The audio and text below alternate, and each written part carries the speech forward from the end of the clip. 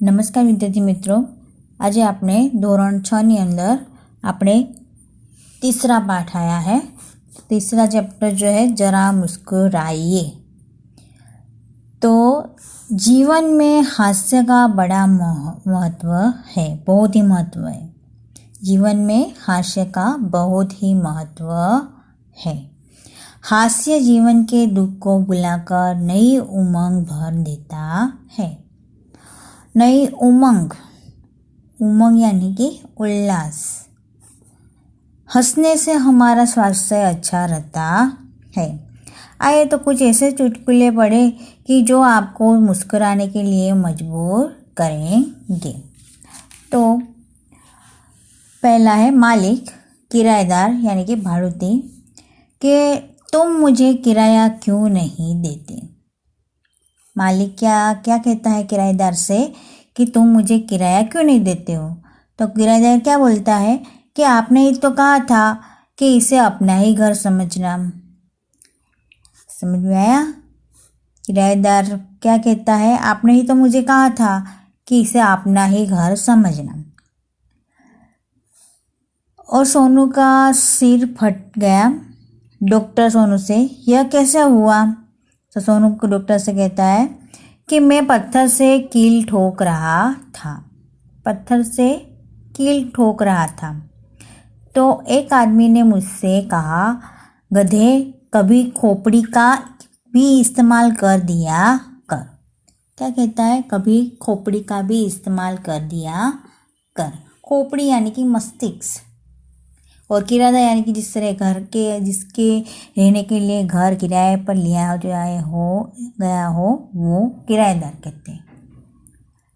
और इस्तेमाल करना, इस्तेमाल यानी कि उपयोग। तो समझ में आया? ये चुटकुले हैं। चुटकुले यानी कि हम जिसे कहते हैं जोक्स। वो जरा ऊंचा बोलो, माफ करे अक्ल, इससे ऊंचा होकर मैं नहीं बोल सकता। डब्बू, इतिहास में तुम फेल हो गए क्योंकि सभी प्रश्न उस समय के पूछे गए थे जब मैं पैदा ही नहीं हुआ था।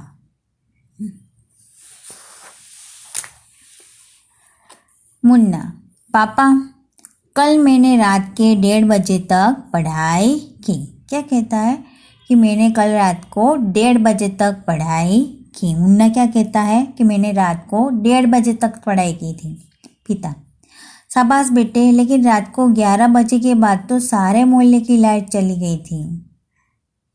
उसके पिताजी का कहते हैं, उसके पापा ये कहते हैं कि रात के 11 बजे तो सारे मोहल्ले की लाइट चली गई थी। तो मुन्ना, सच, मैं तो पढ़ने में इतना मग्न था कि मुझे पता ही नहीं चला। मग्न यानी कि तल्लीन था। वो पढ़ने में इतना तल्लीन था कि उसे पता ही नहीं चला कि कब लाइट चली गई हो। तो यहाँ पर क्या है, डाक खाना। मैं डाक खाने जा रहा हूँ। हो, कितना भूखा है, कागज पत्र भी खा जाता है। अब हम अभ्यास पे आएंगे। तो अभ्यास पे हम यहाँ पर प्रश्न 2 पे देख रहे हैं। प्रश्न 1 में तो ये है कि सामूहिक अखबारों में चुटकुले पढ़े और कक्षा में सुनाए, और आपने जो चुटकुले सुने या पढ़े हो तो उन्हें आप लिखिए। तो आपको ये अपनी कॉपी में लिखना है चुटकुले। तो प्रश्न 2 में निम्नलिखित परिच्छेद में से मुहावरे ढूंढे और उनके अर्थ देकर वाक्य प्रयोग कीजिए। अब यहाँ पे पहले में क्या है, रमेश पढ़ाई में होशियार लड़का है, इसलिए रमेश पिताजी की आंखों का तारा है। तो ये आंखों का तारा है, बराबर है। तो ये मुहावरा है। तो आंखों का तारा यानी कि बहुत ही प्यारा, बहुत प्यारा। तो उसका क्या वाक्य बनता है कि गौरव अपनी माँ की आंखों का तारा है। इस साल रमेश ने कमर कस के परीक्षा की तैयारी की। कमर कसना, तो यहाँ पर कमर कसना यानी कि उसका अर्थ ये होता है, ये मुहावरा है कमर कसना, तो अच्छी तरह तैयार होना। कमर कसना यानी कि अच्छी तरह तैयार होना। तो मैंने भी प्रतियोगिता में जीतने के लिए कमर कस ली है। जब वह परीक्षा देने गया तो उसका ईद का चांद मित्र महेश का नंबर भी उसके नज़दीक था। ईद का चांद होना, ईद का चांद जो है ये मुहावरा है। तो ईद का चांद होना यानी कि बहुत दिन बाद मिलना। तो आजकल तुम ईद के चांद हो गए हो, दिखाई नहीं देते, ये उसका वाक्य है। ठीक है। महेश आस्तीन का सांप निकला। अब आस्तीन का सांप यानी कि ये मुहावरा है। तो कपटी मित्र यानी कि मित्र बनकर शत्रु जैसा व्यवहार करना वो। तो उसका वाक्य क्या बनता है कि मैंने मनुष्य पर पूरा विश्वास किया लेकिन वो आस्तीन का सांप निकला। तो ये मुहावरा है, आस्तीन का सांप निकला। और वह अध्यापक की नज़र चुरा के रमेश की कापी में से नकल कर रहा था। नज़र चुराना, नज़र चुराना यानी कि किसी का ध्यान न जाए इस तरह काम करना। तो अपराधी पुलिस की नज़र चुराकर भाग गया, ये उसका वाक्य है। रमेश की कॉपी में से नकल कर रहा था। तो उस वक्त अध्यापक ने देखा और वे आग बबूला हो गए। आग बबूला वो जो है मुहावरा है। तो आग बबूला होना यानी कि बहुत ही क्रोधित होना। तो नौकर से गुलदस्ता टूट जाने पर मालकिन आग बबूला हो गई। तो ये मुहावरे जो है अपनी कॉपी में लिखना है। 1 2 3 4 5 6 मुहावरा है। तो छः मुहावरे अपनी कॉपी में वाक्य के साथ लिखना है। और ये प्रश्न 1 में जो है चुटकुले जो लिखने हैं आपको, वो आपके घर में जो न्यूज़पेपर आता हो या फिर कुछ भी हो तो आप उसी में से 2-3 चुटकुले लिख लेना उसमें से। रेखांकित शब्दों में से प्रश्न 3 में रेखांकित शब्दों के लिंग बदलकर वाक्य फिर से लिखने हैं। तो मेरे दादाजी यात्रा पर गए हैं, तो उसका लिंग बदलना है। तो दादाजी का क्या हो जाएगा? दादी जी। क्या हो जाएगा? दादी जी। तो इसका वाक्य क्या बनेगा? मेरी दादी जी यात्रा पर गई है। अब दूसरा, एक आदमी ने मुझसे कहा। एक आदमी ने मुझसे कहा। तो आदमी का क्या होगा? औरत। तो एक औरत ने मुझसे कहा। समझ में आया? लेखक कहानी लिख रहा है। लेखक का क्या हो जाएगा? लेखिका। तो लेखिका कहानी लिख रही है। मेरी मालकिन का स्वभाव बहुत अच्छा है। मालकिन का क्या हो जाएगा? मालिक। तो मेरी जगह क्या हो जाएगा? मेरे मालिक का स्वभाव बहुत अच्छा है। बारिश को देखकर मोर नाचने लगा। मोर का क्या हो जाएगा? मोरनी। तो बारिश को देखकर मोरनी नाचने लगी। ठीक है। जंगल में शेर दहाड़ रहा है। शेर का क्या होगा? शेरनी। तो जंगल में शेरनी दहाड़ रही है।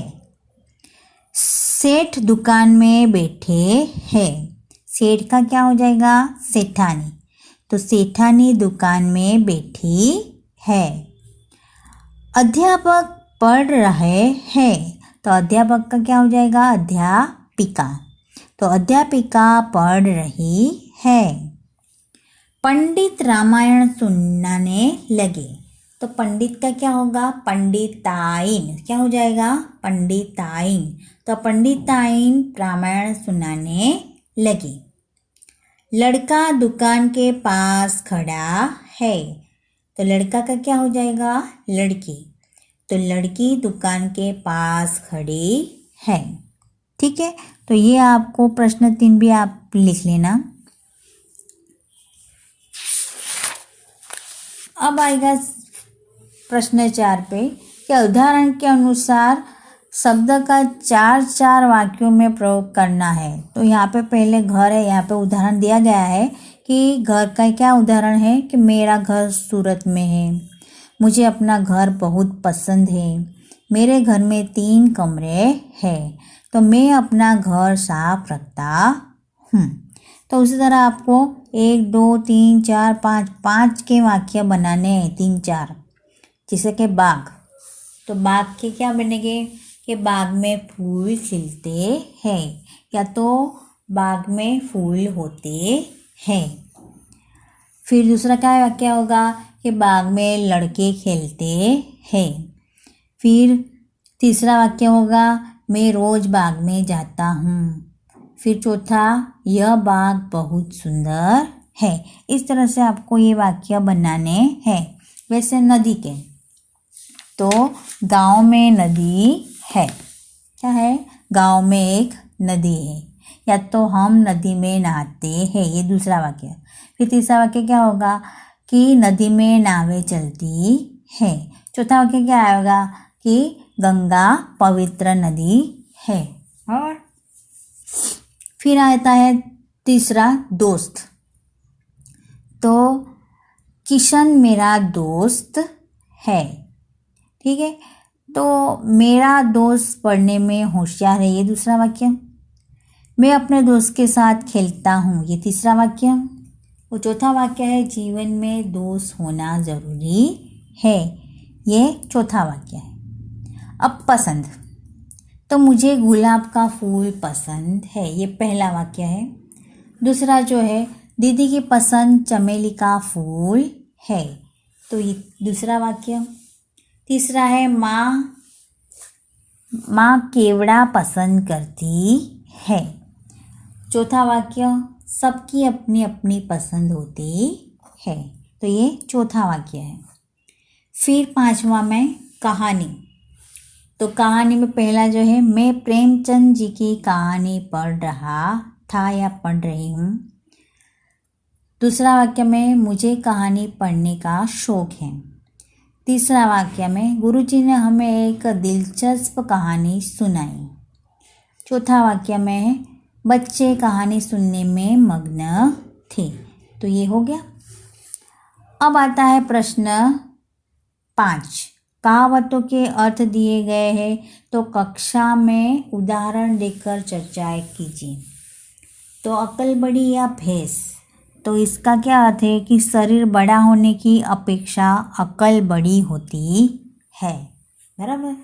तो उससे हमें समझाना है कि हमारी अकल मस्तिष्क से होती है, तो मस्तिष्क हमारी खोपड़ी में है, तो हमारी खोपड़ी भैंस से बहुत छोटी होती है, और अकल तो बड़ी होती है और भी छोटी होती है।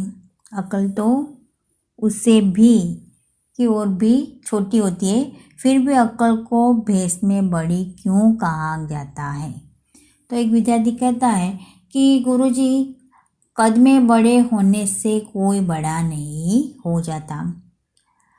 तो रोग का एक कीटाणु छोटा होने पर भी हमारी बीमारी बनाकर दवा खाने के लिए भी मजबूर कर देता है। तो इसी तरह अक्ल और अदृश्य शक्ति, यह सारा विज्ञान मनुष्य की अक्ल का जलसा है। तो यदि भैंस में अक्ल होती तो वो पशु क्यों कहलाता। तो मनुष्य के पास अक्ल है, इसलिए वह भैंस को पालकर उसका दूध निकालता है। तो हाथी और शेर भी मनुष्य के वश में हो जाते हैं, इसलिए मनुष्य की अक्ल को भैंस से बड़ा माना जाता है। ठीक है। अब दूसरा वाक्य है आसमान से गिरा खजूर में अटका। तो एक के बाद एक विपत्ति में फंसना। तो क्या होता है कि गोपाल, क्या इस कहावत का तुम्हें कभी अनुभव हुआ है? तो शिक्षक पूछ रहे हैं उससे। तो गोपाल उससे उत्तर दे रहा है कि हाँ गुरुजी, एक बार मेरे दादाजी बीमार हुए। उन्होंने अस्पताल में भर्ती कराकर पिताजी घर लौटे तो देखा कि बाथरूम में पैर फिसल जाने की से दादी के हाथ और सिर में गहरी चोट आई है। तब उनके मुंह से मैंने यही कहावत सुनी थी कि आसमान से गिरा और खजूर में अटका। ठीक है, एक के बाद एक विपत्ति आना। तो तीसरा वाक्य में, आए थे हरि भजन को ओटने लगे कपास। तो अच्छा काम छोड़कर महत्वहीन काम में लग जाना। तो इसका क्या कहते हैं शिक्षक कि धवल, क्या तुम इस कहावत का कोई उदाहरण है बता सकते हो? तो धवल क्या कहता है, क्यों नहीं गुरुजी, मेरे दादाजी फिल्म में अभिनेता बनने के लिए लखनऊ से मुंबई आए थे। बहुत कोशिश की पर किसी फिल्म में मौका नहीं मिला। आखिर उन्हें एक दफ्तर में क्लर्क बनकर जीविका चलानी पड़ी। तो एक दिन में उनके मुंह से यही कहावत सुनी थी कि आए थे हरि भजन को ओटने लगे कपास। अब चौथा है, जो गरजते हैं वो बरसते नहीं। तो जो डिंग बंग मारते हैं वे काम नहीं करते। तो इसका क्या उदाहरण क्या है कि मोहल्ले में बरसों से पानी की किल्लत है। तो पिछले नगर पालिका चुनाव में हर पार्टी के नेता ने लोगों से कहा कि यदि वे चुनकर आएंगे तो वो दिनों में ही लोगों का नियमित रूप से भरपूर पानी दिलाएंगे। पर चुनाव हुआ तो साल हो गए। जो उम्मीदवार जीता वह अभी तक कहीं नज़र नहीं आया। अब उसे आप क्या कहेंगे? तो क्या कहेंगे कि जो गरजते हैं वो बरसते नहीं। सच ही है कि जो डेंगे मारता है वो कभी काम नहीं करता। फिर पांचवा है, जैसी करनी वैसी भरनी। जो जैसा करते हैं उससे उसी के अनुसार फल भुगतना पड़ता है। उसी के अनुसार यानी कि उसके कर्मों के अनुसार उसे उसका कर्मों के अनुसार फल भुगतना ही पड़ता है। तो इस कहावत में क्या होता है कि हम जैसे कर्म हम करते हैं वैसे ही हमें यहीं पर ही भुगतना है। तो गुरुजी, अभी तो मैं स्कूल में जा रहा था, फिर एक महिला ने गले से सोने की जंजीर छटक कर भाग रहा था। तो महिला के चिल्लाने पर लोगों ने उसे पकड़ लिया और उसे खूब पिटाई की। फिर उसे पुलिस के हवाले कर दिया। अब इसे हम क्या कहेंगे कि जैसी करनी वैसी भरनी। तो यहाँ पर ये आपका जो अभ्यास जो है वो यहाँ पर पूर्ण होता है। तो ये अभ्यास आपको अपनी नोटबुक में लिखना है।